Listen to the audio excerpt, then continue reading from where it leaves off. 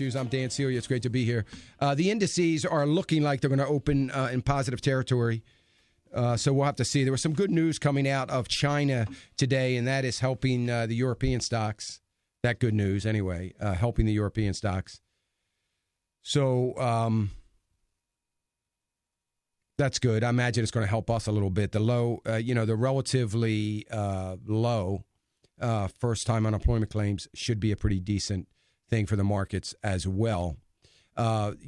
Wells Fargo announced they're laying off 2,500 people in their mortgage processing department, just in case you're wondering how things are going in the housing industry, because that generally is a very good indicator of what's happening in the housing industry. So Wells Fargo, by the way, the largest mortgage originator in the country, announces this morning they're going to be laying off 2,500 people in that department.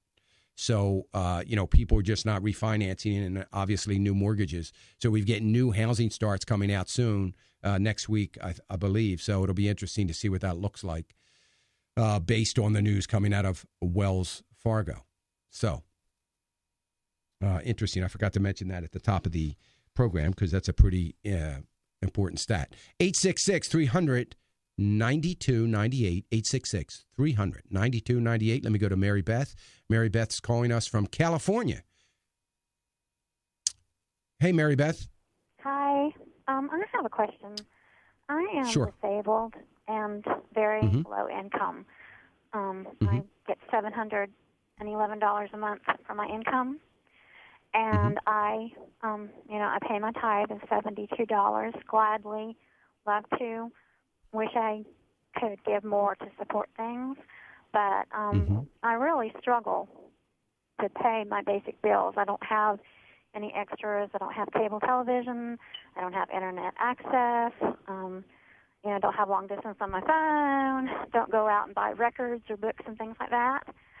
But I also received food stamps, and I had not ever thought about it before, but someone had said something to me about something, and I kind of started thinking, well, should I be like tithing my food stamps? And at first I was thinking like, well, that would I, like for a tenth of my food stamps buy food and give it to a food pantry? But then I thought about it and I thought, well, that's probably not legal. But so then for my food stamps, should I like for, 10% of my food stamp income, should I be, trying to take that from? Yeah, that's a good question, Mary Beth. Here's what all I can say is obviously you're using the system that is in your case is a great thing. That's what the system's there for, a safety net and for help in that regard. But, I do believe and I appreciate the fact that you do tithe on your disability check, and that because all the things that we receive, obviously are a gift from God. We live in a nation that God's hand of blessing has been on for 238 years or so. And I believe that is a gift. And I think probably from if we wanted to be very legalistic about your tithe, then, I guess the value of those food stamps, whatever that value is, that extra, $15 or $10 or whatever it is you receive, I think it would be wonderful if you can find a way to, give glory to God for that benefit. So, but at the same time, I loved what you said at the beginning of the question, is that, you wish that, your heart's desire is to tithe more. And I do believe that we are to give as our heart would lead. And I think God, obviously God knows our heart. He knows what you would like to do. God does want us to provide for those under our roof, in this case, you. And, you've got to, obviously see some sort of practicality to that. But I will say this, if you tithe on that money, on that food stamp money, I believe, because God is the great multiplier, I don't believe that you'll notice it. I don't believe that it will be something that will cause you strain and heartache by tithing on it. So I certainly think that it is the right thing to do, and if at all possible, I think you ought to do it. It is a gift from the Lord, so I think you ought to do that. All right, Mary Beth? Does that help you? Yeah, because hearing somebody else say it out loud, it yeah, I was kind of leaning that way, and so yeah. Here's the thing, reinforce what I was thinking. And here's the thing, Mary Beth, and you already know this because you've experienced this. In my opinion, tithing is one of the greatest acts of worship that we can do and engage in, because I think that we all hang so tightly and have such necessity for the dollars that God's blessed us with. And I think the giving up of even just a little bit, even of 10% of it, really is such a great commitment and such a wonderful act of worship. And so, one of the ways that I would look at it is don't deny yourself a greater act of worship, even to the Lord, than you already are doing. So that's another wonderful way of looking at it, and I hope you'll do that. But I thank you for that call, Mary Beth, because I'm sure it is going to be an encouragement to others, and I appreciate you ministering to others in that way by asking that question. So thank you so much, and I certainly appreciate your phone call. Folks, we are going to get back to the phones, but we've got some important things that we talk about from time to time that are far more important than most of the things that I talk about. And I am so blessed this year that I've been asked to be a part of a meeting that is going to minister, I hope, and I hope God might use me in a small way to minister to pastors and their wives. And I speak at a lot of pastors' conferences, and I always appreciate the opportunity to speak to those that I believe are in the trenches, that are truly in the trenches, such a difficult work that they do. And American Family Association has our own resident pastor, retired pastor, that has a heart for pastors and their wives after, 100 or so years at the pulpit. And his name is Bert Harper. You all know Bert from Exploring the Word. All right, Bert, maybe 90 years. Maybe it's not 100. I'm telling you what, the years are growing. I'm telling you. And you started when you were 6, right? Yes, I did. Yes. My middle name is Noah, and I've been at it a long time. That's great. Bert, you and your lovely bride are part of a ministry that you have come along, that you have allowed AFA to come alongside you as you now work with American Family Association, and it's called Fishbowl. And you're having, if you're a pastor out there, and I got a lot of pastors that listen to me, pay attention, because this thing's coming up in October, right? It is October. October the 15th through the 17th. That's a Tuesday through a Thursday. Pastors have a hard time getting off on the weekends, Dan.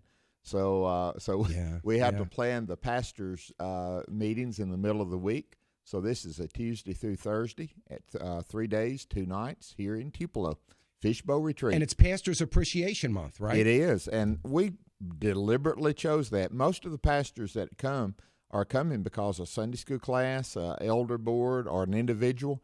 I just got word before I came over here.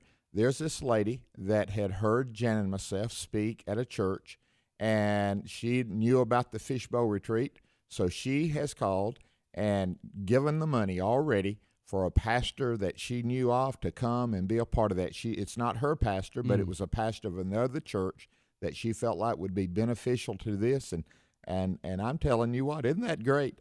People out there that are listening, and they hear the Spirit of God speak to their heart about a pastor and his wife, and that's what we do, Dan. We want to encourage them, and we want them to be refreshed. We're not going to beat them over the head. We ask pastors at AFA, and I do not apologize for it, to get out there on the front line and preach the gospel of Jesus Christ and righteousness. And but we also not only want them to be on the front line, we want to be there when they come apart from the battle, that we minister to them. And that's what we're trying to do at Fishbowl Retreat. And how can people register for their pastor? Now, honestly, there's not very many slots left, and I'm not just saying that. This will be the last time we'll promote this, but it's repairingthefoundations.net. Now, that's plural on foundations. If you go to foundation singular, you'll find out how to prepare the foundation of your house. But go to repairingthefoundations.net, and then there's a link that says Fishbowl Retreat. Click that, and you can register online. It'll give you the schedule of when you'll be speaking, Dan, when Alex McFarland will be speaking, and Jan and myself will be speaking. And the neat part about this is rubbing shoulders with these guys. You know, we try to keep it small enough where you don't have hundreds of people there. You have couples there that may be 80 to 100 people there, and we're able to get out there and shake their hand, talk to them, answer some questions. So it's a neat thing, and we deliberately make it small like that, Dan, so that can be the spirit of it. And so we want pastors and wives. Last year it was great, and it was so good that pastor said, "You're going to do it again, aren't you?" And we said yes. And so it's October the 15th through the 17th here in Tupelo, and we'll give a tour of the AFA headquarters, and so it should be a great week, brother. And we need, we need folks to be encouraging our pastors. It's so difficult. It's hard work. Bert, you know that firsthand. And they need encouragement and just to be re-energized. They do. And I know one of the things that I certainly am going to try to do is do my best to, give them thanks for the work they're doing for the kingdom, and to re-energize them in any way I can, and to try to be a little bit of a light to them, to encourage them. And I think it's so important that they participate in these things. And even if they don't think it's important, I would urge everybody out there, and like Bert said, it is limited right now because registration's been going on for a little bit, but to just do it for your pastor, whether they think they need it or not. They will come away refreshed and re-energized and encouraged, and I know they will appreciate it. Dan, thank you for letting me come on and share this, and looking forward to you being there, man. I enjoy working with you. I get to work with Alex every day, you know that. So that's right. But having you there with us, and I tell folks, well, Dan's there, Alex is there, I'm there, but the best one is Jan, and she's going to be speaking to the ladies and even the men at one time, and just sharing with them from a pastor's wife's heart. I know the pastor's job is difficult, but the pastor's wife, I'm telling you what, she's they got to be jewels, and I married one, and so she'll be sharing. So those ladies, get your husband, say, hey, we need to go that. They're wanting us to go. Let's mention it to a Sunday school class. And so some of those pastors' wives really need the break in a real way. And so we're looking forward to it. Yeah, they really do. Yeah. That's great. That's good stuff, Bert. I want to leave you with one quick thing, because I'm sure you've experienced this. When I travel and I speak, and people, listen to me, so they kind of know who I am, and do a town hall meeting or something, they come up to me and they come up, and I'm glad for them to come up and, feel like, they're going to be encouraging to me, and they usually are. And usually the first thing they say is, tell your wife that we really appreciate her. You better believe it. I think they're saying is your poor wife that has to listen to this all the time.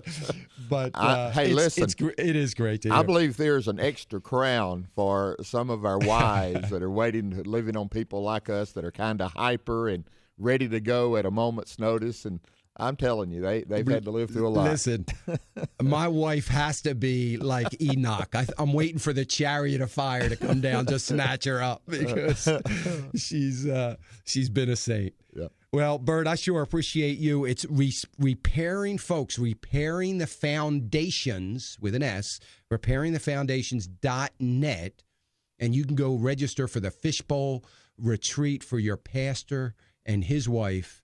It's so important that we do that. And what are the dates again? October 15th through the 17th. That's a Tuesday through Thursday. We start at lunch on Tuesday and finish at lunch on Thursday. 3 days, 2 nights, jam-packed. But there is one afternoon that they're free.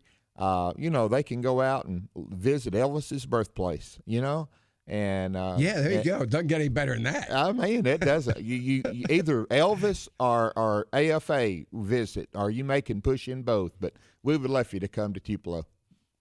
Sure would. And I'll be there, and we're looking forward to it. Am I going to have to?